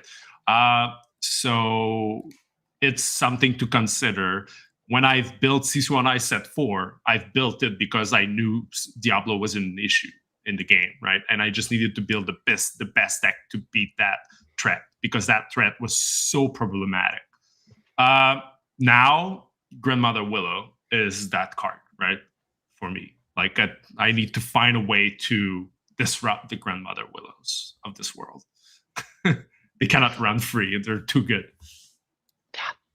I do think we will see a sudden change in cards that are good and decks that are viable strategies happening because of the impact of this card, for sure. I think by herself, she just enables strategies in Amber that we haven't seen in a while. She allows cards to shine that we haven't been able to see shine in a while because of how powerful she is by herself. Yeah. And people might ask, why this over Lantern, right? Well, first, it quests. It needs an answer. And it reduces the cost of some of those cards even more, like the Tramp 7. And it can sing. And it can make strength better also, right? Like, so being a character has a ton of advantage over the fact that, over the items that is Lantern. Yeah. Oh. Wow. I love a good consensus pick. And as you were saying that, a lot of people in the chat agreeing with you wholeheartedly. Fungus even weighing in to say best card in the set. So there you go. Grandmother Willow apparently busted. It is funny how like the best cards, like you get cards like Pudge, you get cards like Grandmother Willow, you get cards like Diablo and Clarabelle. It's never like, like Cinderella or I don't know, like an A-list character. So it's always like the side characters or the grandmother Willow, who's like, you know, the teacher characters. Who's like, wow, I really hate to see that hit the boards. Right. I thought it was funny that season 1 of Lorcana taught me that Cinderella was a villain and Ursula was my hero to save me from her. Just some really weird headcanon going on there. That's really funny. I remember when John Silver was like really cool and Cusco was actually just a villain, just a straight villain. Real jerk. Still do. All right. Thank you all. Like, that was a super fun segment. I'd love to do that again next set. I think this is a great structure for talking about, you know, what you all are seeing in early testing and kind of the way that you see new sets. So we have to do our drawing here before we go, Logan. So I do want to say goodbye to our guests first before we drag this out too much and leave them hanging on. So Mo, I know you've got a coaching session to get to. Any closing thoughts on Winterspell before we say goodbye? As afraid as I am for the sheer power of the last 2 cards we discussed, I do think Winterspell opens up a great part for deck builders that I feel like I've lacked. Post rotation, I've always felt myself, I've been a deck builder. I've been someone who finds a piece to a puzzle that solves an issue, solves the meta, solves what I need. And post rotation, it's been very hard to solve Blurple, to solve Purple Steel, to solve Dogs. Like, those are just clearly the best strategies in a lot of ways. And I think this set, it feels more crackable than ever since we've rotated cards out. So super excited. That's awesome. Well, I, as always, can't wait to see what you're building. Let's do a deck tech sometime soon. Yeah, that'd be fun. All right. Take it easy, Mo. Give my best to your family. Will do. Bye, everybody. Bye, Mo. Always good to see you. Great to see y'all. Can never time that right. Sailor, any closing thoughts on Winterspell? What do you think? Lots of moving pieces. We need to figure out where we land on the spectrum of like aggression versus control, right? And like, it's really what the meta is all about every time. And we always start by saying aggro will be good, right? And we figure it out at some point. Now, like, again, I think it's good. We need to figure it out. Is there's a way to figure that out in a way that is going to be nice for the evolution of this metagame throughout the whole set, right? It's because there's tools, but we need those tools to work on the draw as well. And it's going to be interesting. And I do agree that there's a bunch of new archetypes that got boosts. But I'm also concerned that the already established decks also got boosted. So those will probably still be at the top. Yeah. Well, like you and Mo, I feel like also are attracted to different ends of the spectrum in terms of the type of decks that you like to play. So I'm really excited to see what you come up with as well as this meta gets going. So thanks for taking the time. And everybody, if you're not following Sailor, you should. Link will be in the show notes. And I also hear he runs a pretty good Metafy. So just throw that out there. Absolutely. And I'm brewing. I've been playing lots of different decks and showing it off in there. So welcome, everyone. Awesome. Go check it out. You won't be sorry. Thanks again, Sailor. Bye-bye, everyone. Thank you. I timed that one perfectly. Oh, that was so good. All right, amazing. Heath, I left you to last because Limited gets short shrift all the time. So, hey, where can people follow you? And what are your closing thoughts on the Limited format in Winterspell?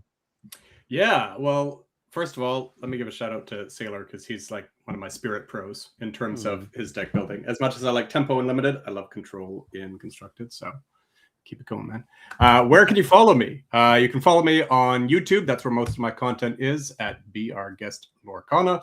You can follow me on Twitter, where that name is too long, so it's just at BOG Lorcana on Twitter. X, whatever we want to call it. What are my thoughts on it? Is Twitter forever. It's the bird app. Yeah, exactly. What are my thoughts on Winterspell Limited? I'm really excited for it, and there's a very distinct reason for that. I love what I call a popper set, which is in spite of what you just heard with these top 5 cards, overall, the most powerful cards in this set aren't as powerful, and there isn't as much of them as in some recent sets, which means that there's going to be a lot more consistency between limited decks. So you don't have to worry about, oh, am I going to lose to this one gigantic bomb every game? You're going to have a little bit more room to play. The other reason I bring that up is so that if you're playing sealed, for example, and you open a pretty mid-sealed pool, don't get discouraged. Pretty much everyone else has too. So those are my thoughts on Winterspell. Enjoy your release weekend events, whether you seal, draft, whether you just like to pack rush, however you like to enjoy Limited, please do so. Excellent. Well, always a pleasure, Heath. It's been a long time. Let's do this again soon. And another example of, hey, when you ask to come on the show, you get invited to the show. So let's do it again. Awesome. Thanks for having me. I really appreciate it. It was a pleasure. Thanks for being here, sir. Fun fact, like I think if I remember correctly, Heath was one of like the first like 3 or 4 guests I had on the show like 2 years ago, and actually co-hosted an episode way back when. So fun fact, Steven gave us the date. It was 2023 when Heath was on the show. That is before Lorcana came out. Yes. Wow. Well, there you go. Steven is he must have said that when I was in like show panic prep mode. He did, yes. Yep, that's where I spend Heath made the point. He was like, "It's been forever," and Steven goes, "Actually, yes, it has been since 2023." I was like, because in Steven fashion, he just knows that. I love Steven. What would we do without Steven? The answer is be much less efficient. Absolutely, so much less efficient. All right, Logan, it's a little late. I do want to get your closing thoughts. Before I do that, we went a little long, but I do want to get this giveaway going. I feel bad like stringing people along, like watch the whole show, but I want to give people maximum time to enter. So that's what we do. So now you're rewarded for your efforts. Yeah, now you all are rewarded for hanging out through the show. So giveaway, again, sponsored by Ink Inc. You can find a link to their tournament coming up in the show notes. And here's the little banner again. So thanks to the folks at Ink Inc. for sponsoring this giveaway. Make sure you check out the CCQ coming up. I'll be there. Logan will be there. Come say hi.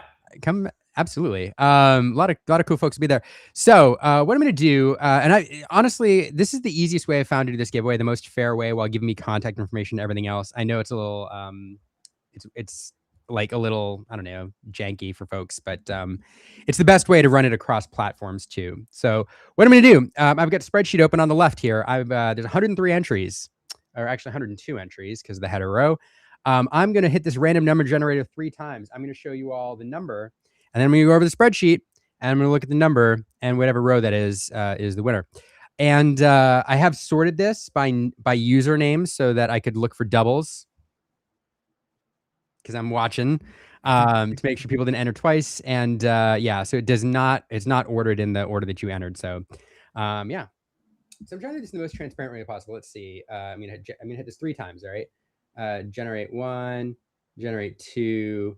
Generate 3. 46 is the number of the row down there. I don't think you can see. Can you see that? Yeah, I can. Yep. Okay, cool. 46.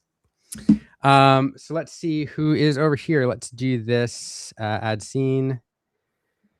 Media. I've blacked out all the necessary rows so I don't dox anybody like I've done before. Let's not do that. That would I know. I know. So row number 46 is Forrest Miller 6238. Forrest Miller watching on YouTube ! Forrest, are you here? Are you here, Forrest? Let's see. Wait, who is 67? Just out of curiosity. Dick Burns. What are the odds? What are the odds? There you go. There you go. All right. I'm gonna wait a few minutes while we give our closing thoughts. Hopefully. Wait, I'm not seeing our friend Forrest Miller say anything. Forrest, where are you? If somebody tags him real quick, just need to see him in the chat here. If he doesn't show up, We'll run it again. Apologies, but that's the way it's weird to say, like, it feels bad for me to say to people, hey, like, you have to like watch the whole show and be present. But like, otherwise what happens is people send the link out to like all their friends, and then you get like 1,000 entries, and it's people give the sponsor, people sponsor the giveaway so that, people get exposed to the tournament and all that. So it's only fair. Not yet. We're going to do closing thoughts. And then if Forrest doesn't pop up, then we'll run it again. So I'm watching. I'm also watching. Anyway, Logan, actually, you know what? Let me do, I'm going to do the admin notes, and then we'll see if Forrest is here, and then I'll ask your closing thoughts, and then we'll go in. So first of all, I guess admin notes is basically this week. Just thank you all for watching. Great turnout this week. Appreciate you all. Thanks to Ink for sponsoring the giveaway. If you're watching on any of the platforms, love the likes, love the subscribes, all of that. Appreciate you all, and your support definitely means a lot. Also, shout out to our Patreon supporters. We got a new Patreon supporter last week, so thank you, Andy, for supporting us, and you really help make the show go, because all these platforms are expensive. We will be back next week to talk more Winterspell. If you have any guests or anything you want to hear about, let us know. Have I given Forrest enough time? We've given him about 5 minutes. All right.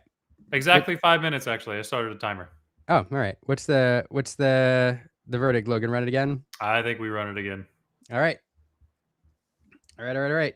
I'm gonna hit 3 more times. I'm getting a number.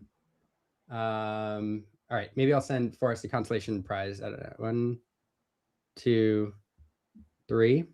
All right. Was that? It's 89. It's 89. And I'm just waiting for it would be really awkward if we showed up now, but all right, 89. 89. Stephanie SNW Poo on YouTube.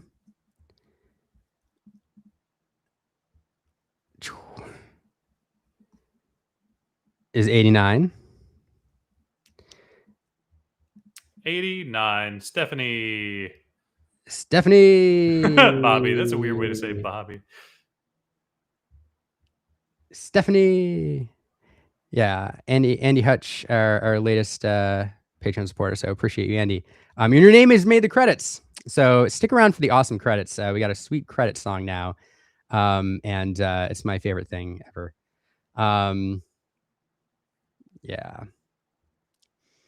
I should start drawing backup people. I mean, I could. Oh, wait, no. Steph's here. Steph K? Steph K 4703? Is it? It's a different. Wait. SNW Poo? It's a different username. I'm confused. Yeah, it's a different username, Stephanie. Well, but here's. Yeah. Well, I mean, I don't know. The username we're seeing tracks with all the information we have here. Well, it does, and actually, yeah, I had to pull up the last name there. Definitely checks out. So, okay, yeah, okay, we broke the show. All right. Well, let me double check. And yeah, all right. Bobby said Doxin. Right. So it's actually interesting. So for everybody who, well, yeah. Anyway. All right. Yeah. Sort of. Not really. I mean, there's no, there's no. If I'd showed the email address, like that would have been. Yeah, that's a problem. That would have been a problem. I'm gonna say you can find my first and last name everywhere. Yeah. Right. All right. Everyone, thanks so much. So, fun note. So the folks out at the Glimmer Games have said that they want to sponsor their own box giveaway next week. So we're going to run it back. Same thing next week. Same way, same giveaway, same everything. You have a chance to win again. If you opted in this week, I'm going to add you to our email address database, and I'll send an email to remind you next week that we're running another box giveaway next week on the show. Same bat time, same bat channel. So appreciate you all. And again, thanks everybody for duplicate. I checked, Rudy. I checked. But thanks everybody. Logan, any closing thoughts before we turn to the awesome credits? Absolutely. Winterspell is awesome. It's really, really fun. Like I said, I've not seen my friends or myself be as excited to play the game as we have in a minute. I think this set has given us a lot of power and tools that we didn't have before. Also, for anybody who is interested in Winterspell, deck building, gameplay, etc., we are starting community nights in the Maelstrom Discord. They're going to be headed up by Kurt Spies and Sky.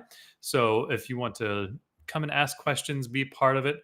They're going to be every other Thursday night, starting this Thursday, I believe, what is it? The 5th. This Thursday on the 5th. So come hang out in the Maelstrom channel.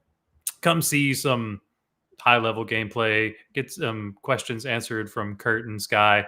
And just come hang out in general. It's going to be a good time. You should all be in there already anyway. Storm is brewing in Winterspell. Storm is brewing in the Maelstrom Discord server. Thanks, Logan, for hanging out with me again on a Monday night. And thank you all for hanging out with me, too. We will see you next week, same time, for another box giveaway, for another awesome show. And appreciate all your support. With that, let's take it away.